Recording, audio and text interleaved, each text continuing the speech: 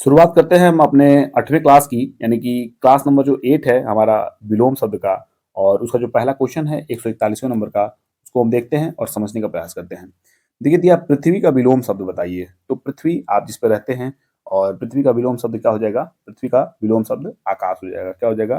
पृथ्वी का आकाश हो जाएगा। याद रखिएगा, अगर पृथ्वी का आपका आकाश आपको टिक करना है, ये बिल्कुल याद रखिएगा।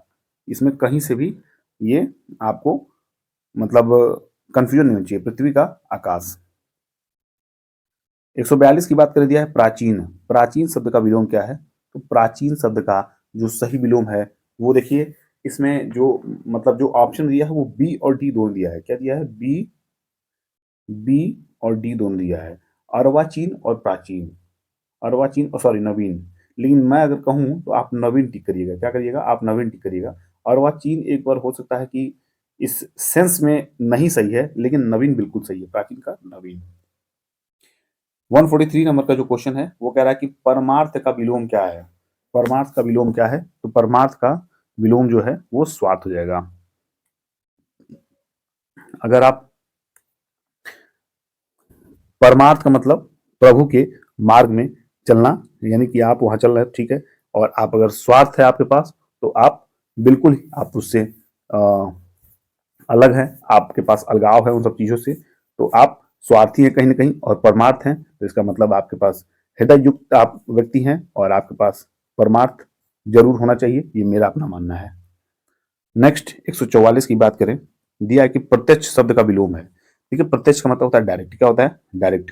जो बात सीधी सीधी कही हुई हो उसे प्रत्यक्ष कहते हैं, ये आप भी जानते हैं। और दूसरा होता है परोक्ष। परोक्ष किसी की बात को किसी और के द्वारा कही गई बात को परोक्ष कहते हैं। 145 नंबर बात करें पुष्ट। पुष्ट शब्द का विलोम। पुष्ट मतलब आप समझते हैं कि जो तंदुरुस्त हो वो कहीं ना कहीं पुष्ट है। क्या है? पुष्ट है। और वो क्षीण है तो कहीं ना कहीं मतलब वो दुबला है।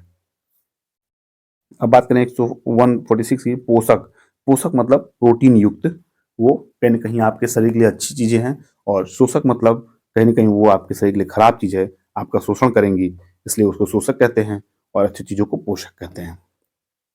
147 नंबर की बात करें पृथक। पृथक का सही विलोम हो जाएगा, पृथक मतलब होता है अलग करना। क्या होगा? अलग करना। तो संयुक्त मतलब क्या करना? इकट्ठा करना, एक करना। 148 की बात करें, दिया कि बंधन। बंधन मतलब बांधना। क्या हो गया? बांधना। और मुक्ति मतलब अलग करना। क्या हो गया? मुक्ति मतलब अलग करना। देखिए सी और बी थोड़ा ऊपर नीचे हो गया, इसको आप लोग कर लीजिएगा सही। बाकी जो सी ऑप्शन मुक्ति है वो सही हो जाएगा। 149 की बात करें तो दिया कि बहिरंग। बहिरंग का विलोम शब्द है। तो बहिरंग मतलब बाह्य। ठीक है, समझिएगा, बहिरंग मतलब बाह्य। और अंतरंग मतलब अंदर का। क्या हो गया? अंतरंग मतलब अंदर का।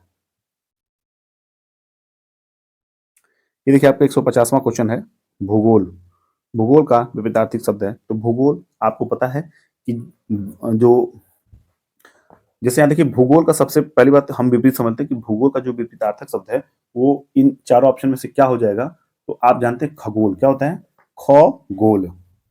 और भूगोल जो भू के बारे में समझे समझाए उसको भूगोल कहते हैं। और खगोल जो खगोल के बारे में बताए उसको खगोल कहते हैं। थोड़ा समझिएगा। देखिए भूगोल का खगोल होना ये क्लैरिटी नहीं है। एक बार समझिएगा कि भूगोल खगोल क्यों होता है। अगर आप इसको कमेंट करके बताएंगे तो मुझे अच्छा लगेगा कि आप भी थोड़ा मेरे साथ मेहनत कर रहे हैं। बाकी मैं तो बताने कुछ भी बता दूं, तो जरूर आप लोग बताइएगा। नेक्स्ट क्वेश्चन पे चलते हैं 151 नंबर पे।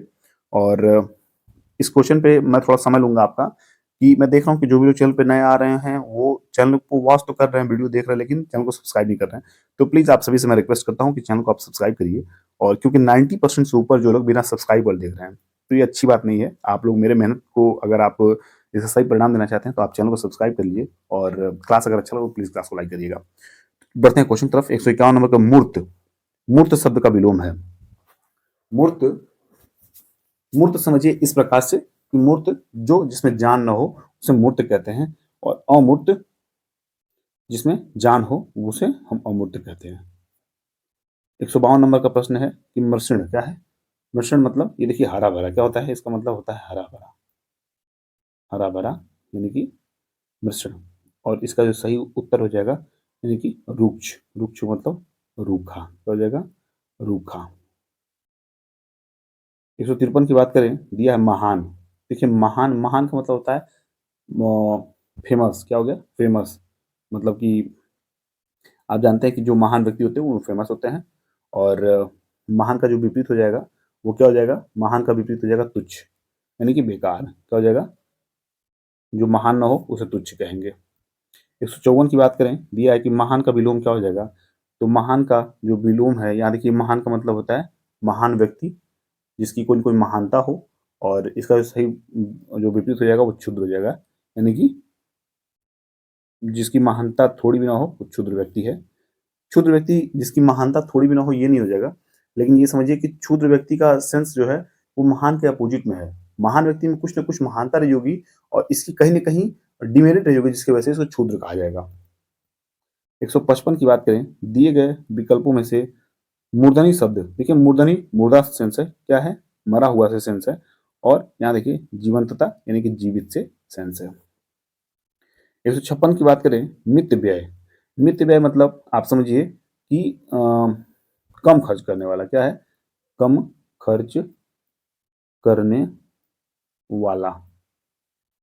और यहाँ पे आपका अपव्यय जो है वो अपोजिट हो जाएगा, और अपव्यय का मतलब बहुत ज़्यादा खर्च करने वाला। क्या हो जाएगा? बहुत ज़्यादा खर्च करने वाला। 157 नंबर प्रश्न पे देखते हैं, मूक। मूक मतलब शांत, और वाचाल मतलब बोलने वाला। 158 नंबर प्रश्न है कि मौन। मौन मतलब जो बोले ना, नहीं, जो शांत रहे उसे मौन कहते हैं। और जो मूकता, मूकता किसको कहते हैं? आप कौन से क्वेश्चन पे हैं? सॉरी, 158 ना, 158। यहाँ मुखरता हो जाएगा। क्या हो जाएगा? यहाँ जो हो जाएगा, यहाँ मुखरता हो जाएगा। यह देखिएगा मुखरता। क्या है? मुखरता। तो जो मौन का हो जाएगा वो मुखरता, यानी कि जो मौन है वो बिल्कुल शांत है, वो बोलेगा नहीं। लेकिन जो मुखरता है वो होता है नहीं कि हर समय बोलते वाला, तो उसको मुखरता कहते हैं। यहाँ 159 नंबर प्रश्न है, क्या कह रहा है? यहाँ 159 नंबर प्रश्न कह रहा है कि मधुर का विलोम आपसे पूछ रहा है। तो मधुर का जो विलोम हो जाएगा वो हो जाएगा, देखिए इसमें बी और डी दोनों दिया गया है। क्या दिया गया है? ये भी आपका दिया है और ये दिया है। तीक्ष्ण और कटु, बिल्कुल ये तीक्ष्ण भी सही हो जाएगा और कटु भी सही हो जाएगा, लेकिन आम्र नहीं सही होगा और छठ नहीं सही होगा। मधुर मतलब होता है कि मतलब समझिए प्यारा, रस भरा। और तीक्ष्ण मतलब समझिए कि मतलब बहुत ही तीखा उसका बोली है, बहुत ही तीखा व्यवहार है। और कटु मतलब उसके शब्द जो हैं वो कट्टर समझिए शब्द हैं, यानी कि एकदम कटु वचन है, तो उसको कटु बोलेंगे।